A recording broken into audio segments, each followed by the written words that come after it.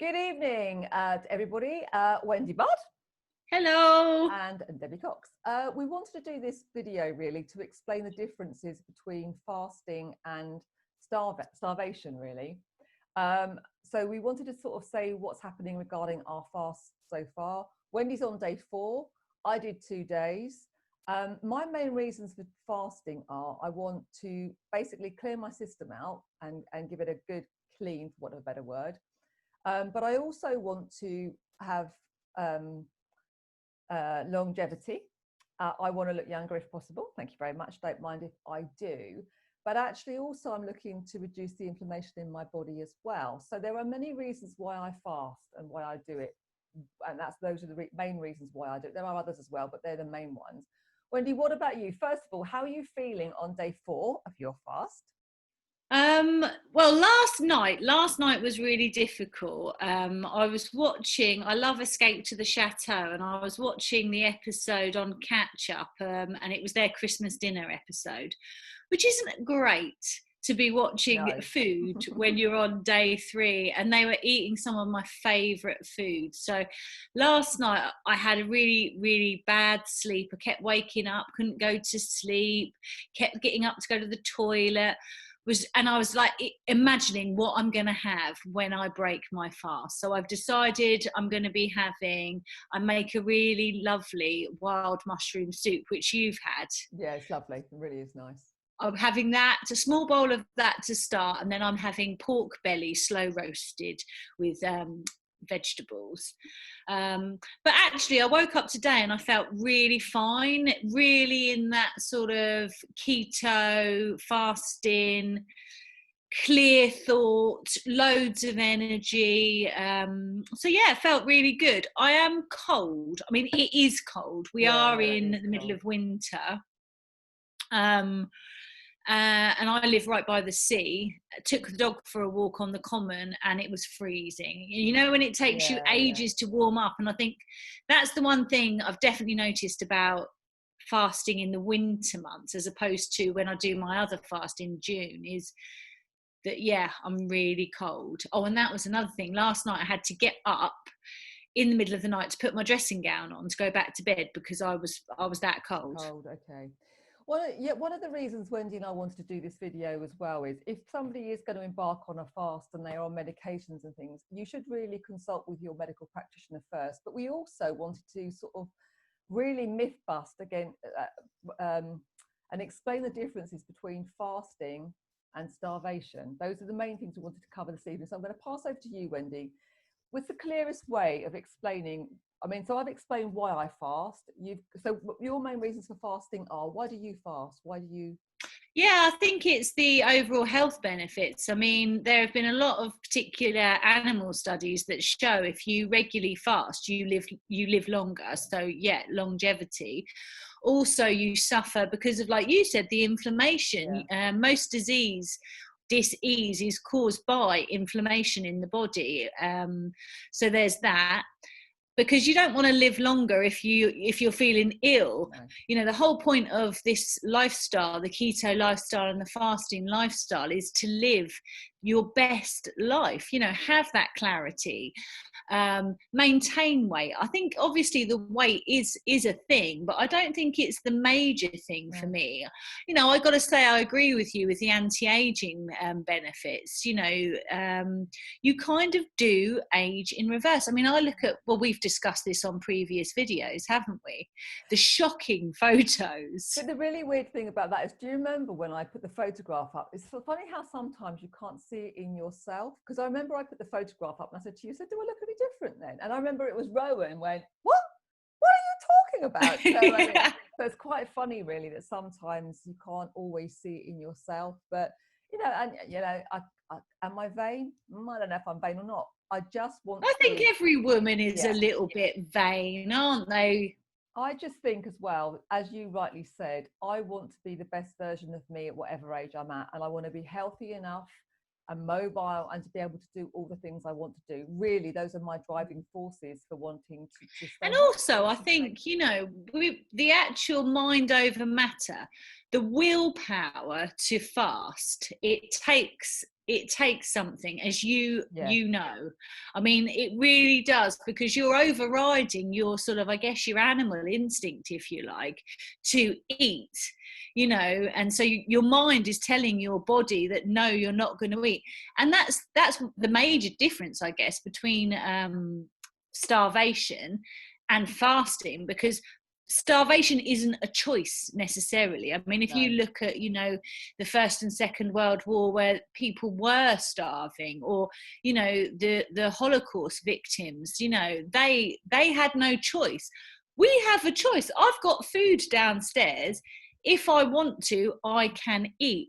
And also, I've chosen the length of my fast. Yeah. And believe you me, I didn't go into 7-day fasting straight off the bat. You know, I was regularly doing 24-hour fast, 48-hour fast. You know, I built it up.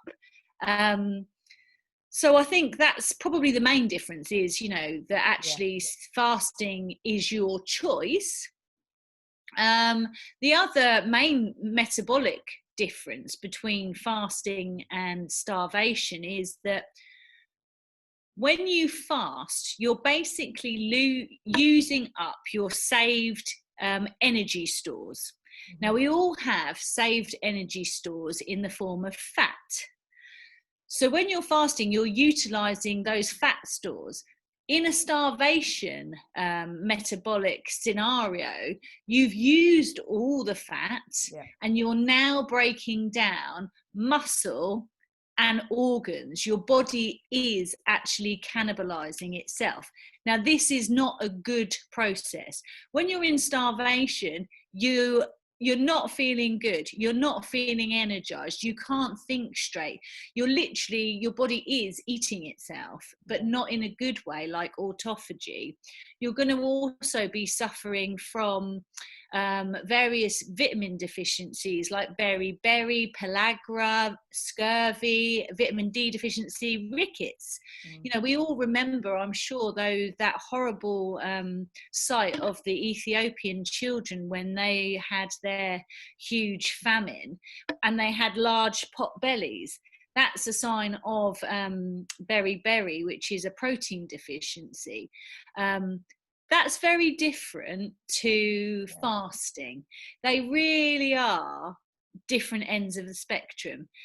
I think it is important to discuss this, though, because I think people with body dysmorphia, people that have issues with food or perhaps are or were anorexic in the past, I don't think fasting would be a good idea for that type of person. And as you said earlier, it's really important to check with your healthcare professional, you know, somebody who is versed in shorter or long-term fasting. And obviously, if you're taking medication, you must check with your GP or healthcare practitioner.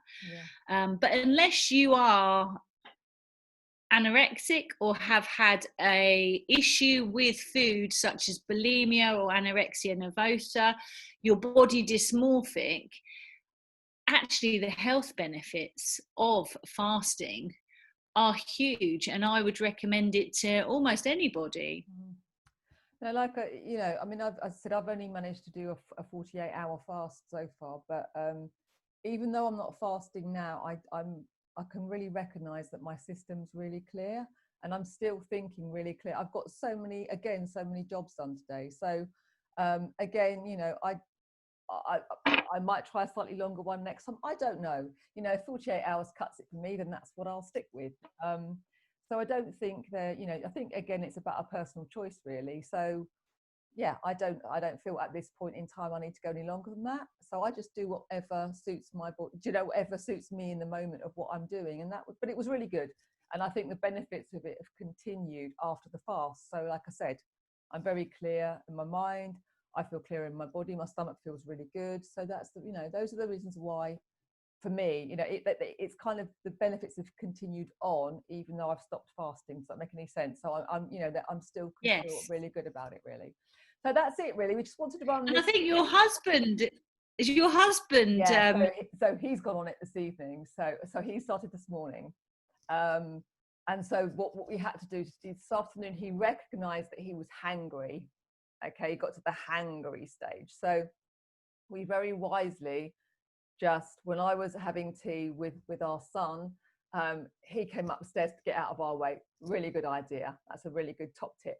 And then when obviously I'm doing the call now, so he's gone back downstairs again. So I'm just allowing him a bit of space, you know, not that I'm tiptoeing around him, but it's his first fast actually. So I remember that first fast. I remember how I felt. And I did kind of, and the first day is the worst day, to be honest with you. Tea time of the first day, I think, is the worst. But it was for me. So I'm just giving him a little bit of space and offering him lots of herbal tea. Lots of herbal tea's been offered. But yeah, what made him decide to do a fast then? Well, by his own admission, he is a bit of a sugar monster. And over Christmas, there was a lot of chocolates and sweets and treats in the house, because obviously we have a family, you know. Yeah, and I think if he wouldn't mind me saying this, he completely overindulged. Completely overindulged. And what I have noticed, and this includes myself actually, I clearly have a slight still there about sugar, because if I have something sugary, it kind of opens up the floodgates to just wanting more and more of that. Whereas normally, so say for example, if I had my kind of treat choice is dark chocolate, okay, and if I have a couple of squares of that, I'm normally okay. That satisfies things. But if I have inadvertently had something sweet, or I've chosen to have something sweet, which happens sometimes, it's like it's like the monster goes on, and that's it. I want more and more and more and more. Whereas with a couple of squares of dark chocolate, I'm quite happy with that, really. And that's what I observed over Christmas. So the sugar monster light goes on, that's it, and that's it. It's like, let me devour all the sugar. So that's why, you know, he wanted to do the fast. And I think also the main other reason is he saw what happened with me. So he saw that I went, you know, day one was a bit tricky, grumpy tea time. But the following morning, it was that woke up with the, oh my goodness, I feel amazing. I want to get on with stuff. La, la, la. You know, I got out of bed like da, da, da, da, da. So that's what I think he's hoping is going to happen tomorrow morning. Fingers crossed for him that it does. Fingers crossed. Because if it doesn't, he might not do it again. So yeah, so I'll let you know about that as well. But yeah, so they're just a couple of things we wanted to clear up really. And also we wanted to say where Wendy's at with her and how she's feeling. And we always try our best to be really, well, we're honest with you about where we're at with things. That's why we're called Real Keto Solutions. That's why we try and keep it real. And we are two women living real lives, getting on with it, doing it, but still managing to stay within this way of living. And actually, I say managing to stay, I now wouldn't have any other kind of diet. Main reasons being, I eat the most amazing food. I actually do spend less time in the kitchen. That was another observation that I made over Christmas. The meals that I eat take me less time than they used to take me before. So for example, the sausage rolls that I made over Christmas, if I was making pastry and everything, it would have taken me forever. But actually even doing those kind of things was so quick. So the dinners, I find anywhere quicker. So that's, you know, yeah. So I wouldn't change it. I wouldn't change things now. And actually when you get to sort of feeling this well, I don't ever want to go back to not feeling this bright and well again. I do feel the best. I can honestly say to you, I don't think I've ever felt this well in my adult life. And I'm an old bird. So it's been a while, without sort of giving my age completely away. You know, I've never felt this well, ever. So, you know, that's something. Going back to the starvation versus fasting, there's loads of information actually out there on YouTube. If you look up Dr. Berg, he's done quite a few videos on fasting and starvation. Dr. Fung, F-U-N-G, also lots of information about the benefits of fasting and the difference between fasting and starvation. And there's also a really good by Dr. Steven Phinney, and Dr. Mindy Peltz. She's really good as well. So do your own research. You know, don't necessarily believe us. I really encourage you to go and look as much and as widely as you can. Yeah, and I think it's really good as well to get other takes on it as well, other people's research and opinions and everything else, and as broad as you can, really. And if you think about it, that's what we do. Oh, and a nice one for the ladies, Dr. Thomas DeLauer. Oh yeah. You know, you'll thank him. He's very helpful with his information. Ooh, nice. Yes, he's very helpful. So on that note, we just said we wanted to share with you our thoughts about this and just sort of clarify a few points. So hopefully it's been helpful. Take care, and we'll update you on how Wendy's doing either tomorrow. I'm back at work tomorrow, okay. So that should make it easier because it's, you know, you've got less time. Yeah. Okay, good. Take care. Speak to you all soon. Bye. Bye. Bye.